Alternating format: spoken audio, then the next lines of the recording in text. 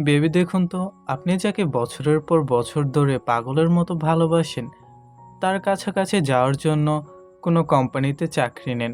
আর প্রথম দিনেই জানতে পারেন আপনার বস আসলে অন্য কেউ। শুধু তাই নয়, মদের নেশায় প্রথম দিনে সেই কঠোর বসের সাথে ঘটে যায় এক কাণ্ড। ঠিক এমনই এক দারুণ মিষ্টি ও রোমান্টিক গল্প নিয়ে তৈরি আজকের কে ড্রামা মাই বায়াস মাই বস। তো আর দেরি না করে চলুন শুরু করা যাক প্রথম পর্বটি। আর আমার চ্যানেলে নতুন হয়ে থাকলে সাবস্ক্রাইব করতে কিন্তু ভুলবে না। গল্পটি শুরু হয় ২০০৫ সালের একটি দৃশ্য দিয়ে, যেখানে আমরা ডিএনএক্স নামের একটি পপ আইডল গ্রুপকে স্টেজে পারফরমেন্স করতে দেখি। তাদের দেখার জন্য অগণিত ভক্তের ভিড় জমেছে। ভিড়ের মধ্যে আমাদের মেইন হিরোইন দারমকেও দেখা যায়, যে এই আইডল গ্রুপের লিচানের অনেক বড় একজন ফ্যান। দারাম বলছিল ভালোবাসা হলো হঠাৎ ঘটে যাওয়া কোনো গাড়ি দুর্ঘটনার মতো, যা কোনো পূর্ব সংকেত ছাড়াই আমাদের জীবনে আঘাত হানে। পরের দৃশ্যে দারমকে দেখি, যে স্কুলের পোশাক পরা ছিল। তার বয়স এখন ১৭ বছর। সে জানে ১৭ বছর বয়সে আমি বড্ড একাকী বোধ করতাম, কিন্তু লিচানের গান আমাকে সেই বিষণ্ণতা থেকে বের করে এনেছিল।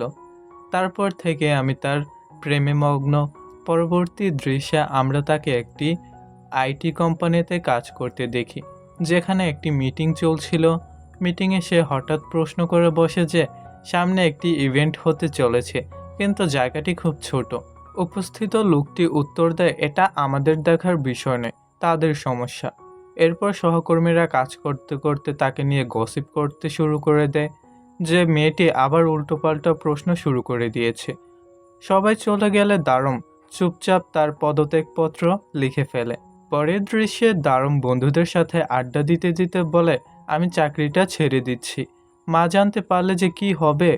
তারপর সামনের এই ভবনের দিকে তাকিয়ে বলে, লিচান হলো এই অ্যাপোলো কোম্পানির ডিরেক্টর। এটা একটি ফ্যাশন প্ল্যাটফর্ম। এবার আমি এখানে কাজ শুরু করব আর সরাসরি লিচানের সাথে দেখা করব। বান্ধবীরা হেসে বলে, আমরা সবাই জানি তুমি কেন এখানে যাচ্ছ, কারণ তোর হৃদয়ে যে শুধু লিচানের জন্য স্পন্দিত হয়। এরপর তারা তিনজন একসাথে উদযাপনে মেতে ওঠে। পরবর্তী দৃশ্যে বছর যাওয়ার সাথে সাথে দারম কিভাবে লিচানের এক পাগলা ভক্ত হয়ে উঠেছে তা দেখানো হয়। তার রুমের চারপাশে লিচানের অজস্র ছবি। সে লিচানের ভিডিও দেখছিল আর আপন মনে হাসছিল। এরপর দৃশ্য যায় আশাই কর্পোরেশনে কোম্পানিতে, যেখানে একটি মিটিং হতে যাচ্ছে। ডিরেক্টর হানচুল বলছিল যে কোম্পানির নতুন সিইও আসতে যাচ্ছেন। সবাই তাকে জিজ্ঞাসা করে লোকটি কেমন, তার বয়স কত। সে উত্তর দেয় নিশ্চয়ই কোনো ছোকরা হবে। কিন্তু তখনই আমাদের হিরো কাং এর এন্ট্রি হয়। অত্যন্ত সুদর্শন হওয়ার কারণে সবাই তার দিকে হা করে তাকিয়ে থাকে। কাং পাশে একটা রুমের দিকে তাকায়, সাথে ছিল তার সেক্রেটারি সংহুক। তারা দুজন ভেতরে ঢুকে কর্মকর্তাদের সাথে কথা বলতে শুরু করে। কাং বলে, পাশের রুমটা দেখলাম আপনাদের কর্মী আগে থেকে ফ্যাশন ডিজাইন কপি করছে। আপনি কারো ফ্যাশন কপি করতে পারেন, কিন্তু তার চিন্তাভাবনা বা ফিলোসফি নয়। দুঃখিত, আমরা এই প্রজেক্টে বিনিয়োগ করতে পারছি না। এটা বলে সে বেরিয়ে আসতে নেয়। হানচল সামনে এসে বলে, বাইরে যাওয়ার পর আপনার সিদ্ধান্ত বদলে গেলে সামলাতে পারবেন তো? কাং জবাব দেয়, আমার চিন্তা বাদ দিন, নিজের কন্ট্রাক্ট কিভাবে রিনিউ করবেন তা ভাবুন। এই কোম্পানিতে দারাম কাজ করত, কিন্তু সে ইস্তফা দিয়েছে। সে অধীর আগ্রহে চেক করছিল অ্যাপোলো কোম্পানিতে তার চাকরিটা হয়েছে কিনা। এরপর সে ফোন করে জানতে পারে সত্যি তার চাকরিটা হয়ে গেছে। খুশিতে নাচতে শুরু করে দারম। ঠিক তখনই কাং তার সেক্রেটারির সাথে বাইরে বের হচ্ছিল। দারুম খুশির চোটে দৌড়ে আসার সময় সোজাসুজি গিয়ে কাঙের উপর পড়ে। সে দ্রুত সরি বলে চলে গেল। কাঙের শার্টটি একদম নষ্ট হয়ে যায়। বাইরে এসে দারুম বন্ধুদের ফোন করে চাকরির সুখবরটা জানায় এবং রাস্তায় নাচতে শুরু করে।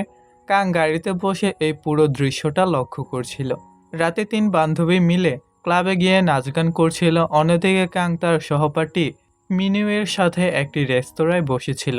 হঠাৎ দারম ও তার বান্ধবীরাও সেখানে হাজির হয়। মিনিউ দূর থেকে সিওলকে দেখে এবং এক পলকেই প্রেমে পড়ে যায় এবং বলে, মেয়েটি একদম আমার টাইপের।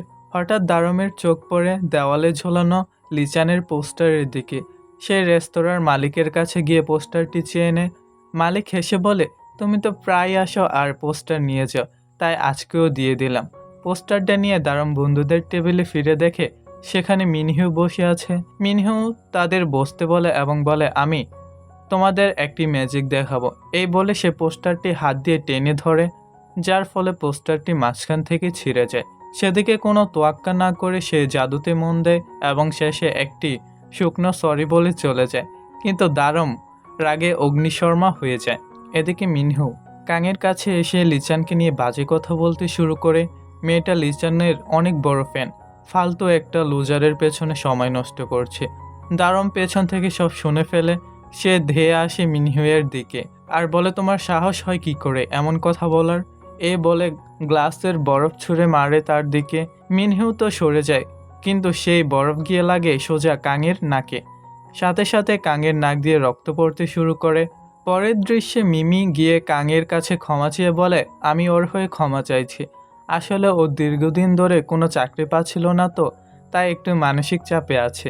কিন্তু দারুম মিমিকে সরিয়ে নিজেই কাংয়ের সামনে গিয়ে দাঁড়িয়ে পড়ে। সে তখন বেশ নেশাগ্রস্ত অবস্থায় ছিল, কি বলছে নিজেও জানে না। মিমি পেছন থেকে তার পায়ে লাথি মেরে নিচে ফেলে দেয় এবং কাংকে বলে, দেখুন ও হাঁটু গেড়ে ক্ষমা চাইছে, দয়া করে বিষয়টিকে এখানেই ছেড়ে দিন। কাং বলে ঠিক আছে। এরপর তারা তিনজন চলে যায়। তবে কাং বুঝতে পারে এটি সেই একই মেয়ে যে সকালে কোম্পানিতে তার শার্টটা নষ্ট করেছিল। পরদিন দারুমের নতুন চাকরির প্রথম দিন। সেখানে আরও দুজন নতুন কর্মী যোগ দিয়েছে, যাদের একজন হলো ইয়ঙ্গু। ইয়ঙ্গু জানায় যে সে মার্কেটিং টিমের কর্মী। দারুম বলে, তুমিও? আমিও তো মার্কেটিং টিমে। এমন সময় তাদের মার্কেটিং টিম লিডার মিয়ং এসে সবাইকে আইডি কার্ড দেয়।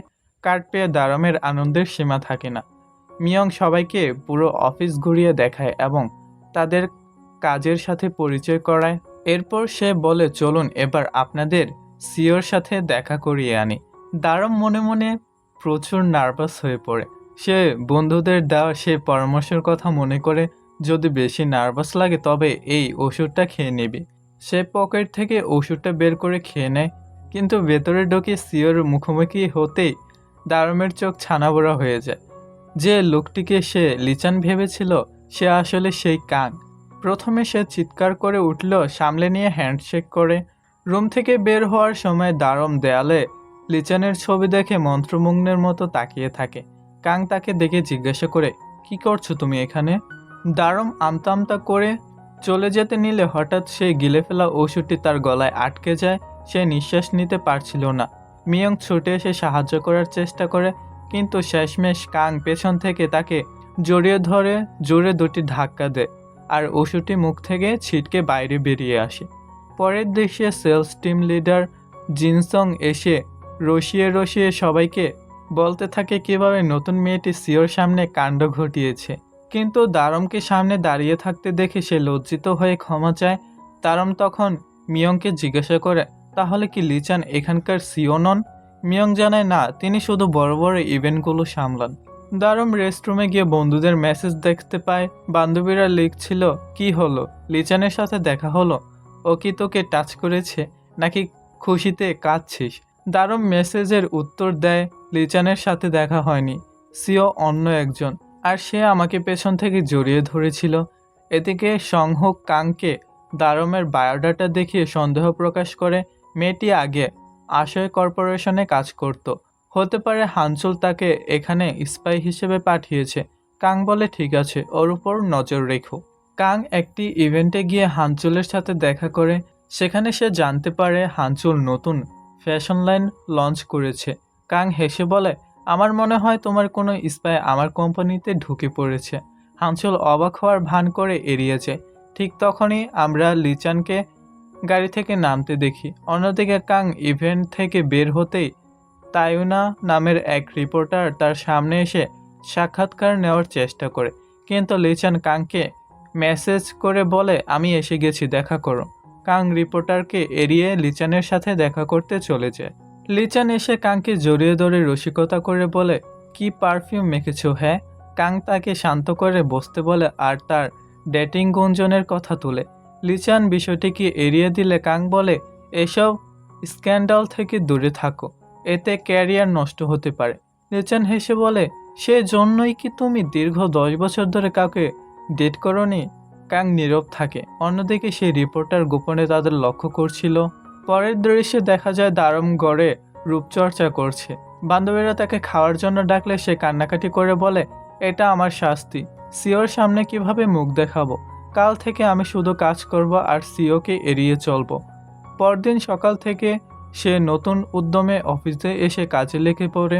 লিফটে উঠে সে নিজেকেই মনে করিয়ে দেয় শুধু মন দিয়ে কাজ করব আর সিওর থেকে দূরে থাকব। কিন্তু সে খেয়ালই করেনি যে কাং ঠিক তার পেছনে দাঁড়িয়ে সব শুনছিল। পরের দৃশ্যে অফিসের সব কর্মী রেস্তোরাঁয় ডিনার ও ড্রিঙ্কস করছিল। দারমও সেখানে প্রচুর মদ গিলে ফেলছিল। হঠাৎ সবাইকে অবাক করে দিয়ে কাং সেখানে হাজির হয়।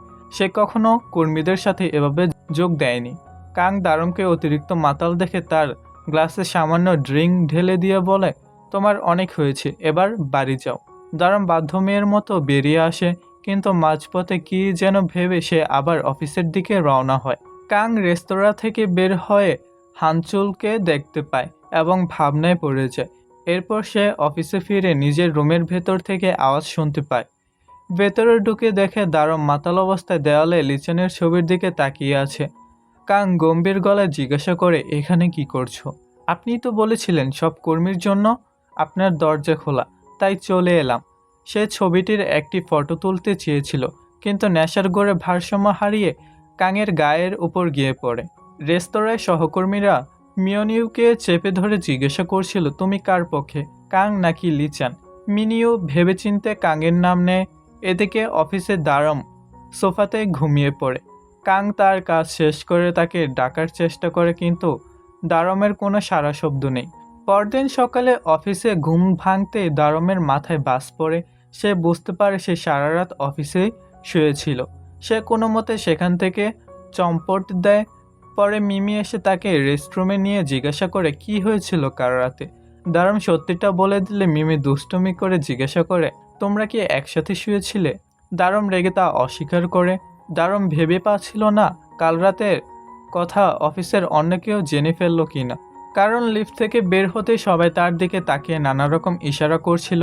কিন্তু পরে সে বুঝতে পারে সবাই আসলে কাল রাতে তার ড্রামাটিক স্টাইলে মদের বোতল খোলার কথা বলছিল। তবে তারা একটি দুঃখের খবরও দেয়, দারম চলে যাওয়ার পর নাকি লিচান সেখানে এসেছিল এবং সবাই তার সাথে ছবি তুলেছিল।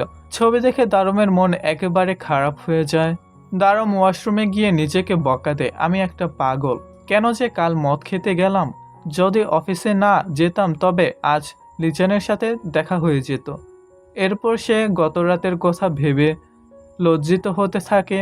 ওয়াশরুম থেকে বের হতে সামনে কাং এসে দাঁড়ায়। কাংকে দেখে দারম কালকের কথা মনে করে মাথা নিচু করে ক্ষমা চায়। গতকাল আপনার অফিসে ঘুমিয়ে পড়ার জন্য সত্যিই দুঃখিত। তা বলছি আপনি তখন কোথায় ছিলেন? কাং মিথ্যা বলে কভার দেয়, আমি তো বাইরে চলে গিয়েছিলাম। হঠাৎ দারমের ফোনে কাজের ডাক পড়লে সে তড়িঘড়ি করে চলে যেতে নেয়, কিন্তু কাং দেখে দারম তার ব্যাগটি ফেলে রেখে যাচ্ছে। কাং ব্যাগটি নিয়ে তার পেছনে যায় এবং ডাকতে থাকে, সিও কেন আমার পিছু ধাও করছে। সে তাড়াহুড়ো করে লিফটের সামনে আসে। লিফটের দরজা খুলতে দারমের চোখ আটকে যায়। সামনে দাঁড়িয়ে স্বয়ং লিচান। এই প্রথম সে লিচানকে এত সামনাসামনি দেখছে। কাংও সেখানে পৌঁছে যায় এবং দুজনের দিকে তাকিয়ে থাকে। হঠাৎ ফ্ল্যাশব্যাকে গত রাতের আসল দৃশ্যটি ভেসে ওঠে। কাং আসলে চলে যায়নি, সে ঘুমন্ত দারমের পাশেই শুয়েছিল এবং মন্ত্রভগ্নের মতো তার ঠোঁটের দিকে তাকিয়েছিল। তারা দুজন একে অপরের খুব কাছাকাছি চলে এসেছিল, কিন্তু ঠিক তখনই ক্লিনিং লেডি রুমে ঢুকতে নিলে কাং ধরফড় করে উঠিয়ে দাঁড়ায় এবং তাকে কফি খাওয়ার বাহানা করে বাইরে নিয়ে যায়। আর এভাবেই শেষ হয় রোমাঞ্চকর প্রথম পর্বটি। বন্ধুরা, কেমন লাগলো আজকের প্রথম পর্বটি? কমেন্ট করে অবশ্যই জানাবেন। খুব শীঘ্রই দেখা হচ্ছে পরবর্তী পর্বে। ততক্ষণের জন্য টাটা।